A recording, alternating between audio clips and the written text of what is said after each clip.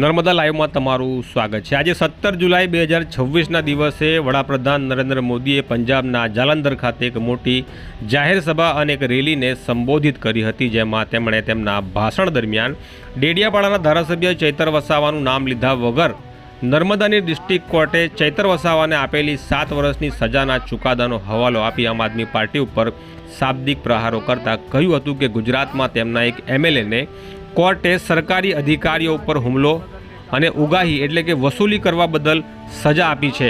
વધુમાં તેમણે કહ્યું હતું કે ઉગાહી અને વસૂલી આમ આદમી પાર્ટીનું ટ્રેડમાર્ક બની ચૂક્યું છે। साथियों, कुछ दिन पहले ही गुजरात में इनके एक एमएलए को कोर्ट ने 7 साल की सजा सुनाई है।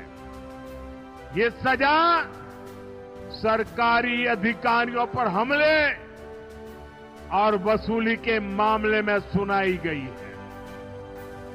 वसूली, उगाही, अवैध कब्जे, ये सब इनकी राजनीति का ट्रेडमार्क बन चुके हैं। અત્રે ઉલ્લેખનીય છે કે 23 જૂન 2026ના દિવસે નર્મદાની સેશન કોર્ટે ડેડિયાપાડાના ધારાસભ્ય ચૈતર વસાવા સહિત કુલ 9 લોકોને 7 વર્ષની સજા ફટકારી હતી, જેમાં એક નવજાત બાળકને જન્મ આપનારી માતા પોતાના 17 દિવસના બાળકને લઈને વડોદરાની સેન્ટ્રલ જેલમાં ગઈ હતી, જે બાદ લોકોમાં આ મુદ્દે રોષ ફેલાયો હતો અને આ કોર્ટના ચુકાદાની લોકોએ ટીકા પણ કરી હતી।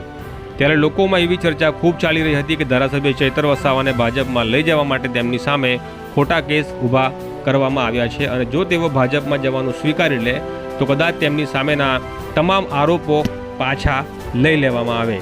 એ દરમિયાનમાં આજે પંજાબની જાલંધર ખાતેની એક રેલીમાં વડાપ્રધાન નરેન્દ્ર મોદીએ ડેડિયાપાડાના ધારાસભ્ય ચૈતર વસાવાનું નામ લીધા વગર આમ આદમી પાર્ટી ઉપર શાબ્દિક પ્રહારો કર્યા હતા।